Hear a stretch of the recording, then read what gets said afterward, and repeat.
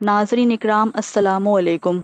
शजर गरकत के कई इकसाम हैं, जिनमें शजर यहूद, गोंगा दरख्त या यहूद का पासबां दरख्त वगैरह आम है। गरकत एक जंगली दरख्त का नाम है जो खारदार झाड़ी की सूरत में होता है। मदीना मनव्वरा का कब्रस्तान जन्नतुल बक़ई का असल नाम बक़ई गरकत इसीलिए है। जिस जगह ये कब्रस्तान है पहले वो गरकत की झाड़ियों का खित्ता था।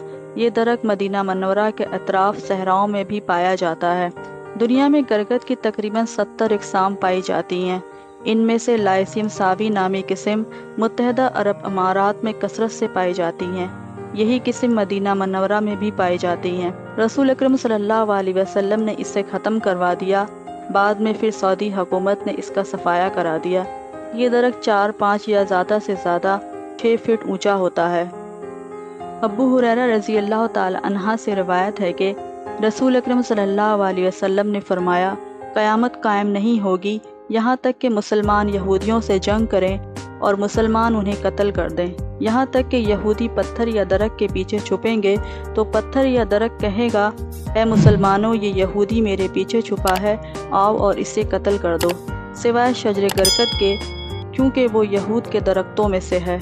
इसका एक सबूत यह है कि उन्होंने इस हदीस मुबारक का भरपूर फ़ायदा उठाकर क़यामत से पहले और मुसलमानों से जंग के दौरान इस दरख्त को अपनी ढाल के तौर पर जायपना बनाने का मंसूबा बना रखा है। इस गर्ज से जहाँ इसराइल में गरकत नामी इस दरख्त की काश के लिए आवाम से फंड लिए जाते हैं, वहाँ इसको कपड़ों पर भी मुनकश किया जाता है। जैसा कि इसराइल के बाद भारत एक ऐसा मुल्क है जो गरकत की पनाह पर यकीन रखते हुए इसकी काश करवा रहा है।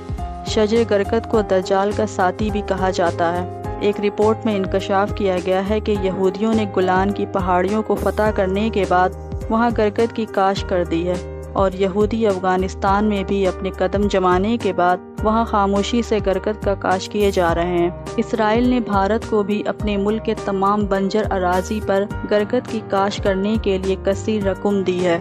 यहूदी कौम अपने मजहब से ज़्यादा इस्लाम की सच्चाई पर यकीन रखती है।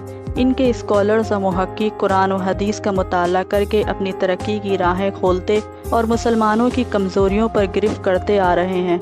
यही वजह है कि यहूदियों ने हदीस मुबारक पढ़ने के बाद गरकत को अपना पासबान शजर करार दे रखा है और इसकी काश को अपने लिए नेमत समझते हैं।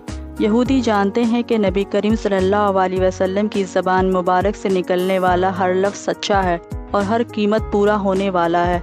चुनांचा यहूदी इस हदीस की रोशनी में गरकत की काश में लगे हुए हैं ताकि मुसलमानों से जंग के दौरान जब इस ज़मीन की हर चीज़ पुकार पुकार कर कहेगी कि ए मुसलमानों, मेरे पीछे एक यहूदी छुपा हुआ है, इसे कत्ल कर दो, तो इस वक्त यही दरख्त गोंगा बनकर इस छुपे हुए यहूदी की पनाहगाह बन जाएगा।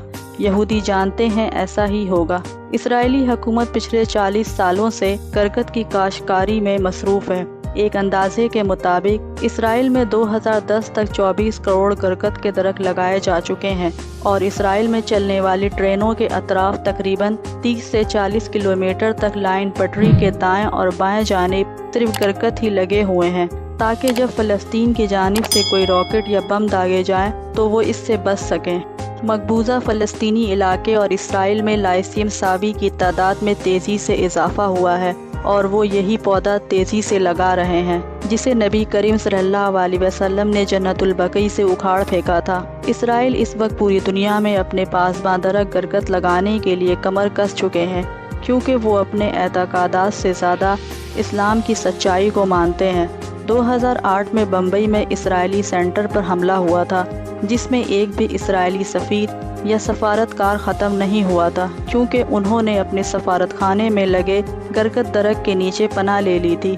इस तजुर्बे के बाद इसराइल ने तमाम सफारत खानों में गरकत के दरख्त लगा दिए थे।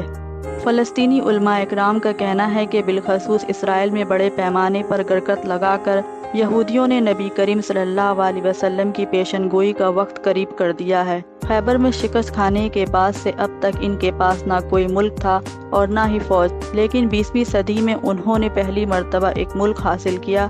जैसे कि दज्जाल का खात्मा भी बैतुल मुक़द्दस में होना है और मुमकिना तौर पर वो यहूद से होगा। लाइक करें, हमारे चैनल को सब्सक्राइब कर बेल आइकन जरूर प्रेस करें हमारी न्यू वीडियो सबसे पहले देखने के लिए।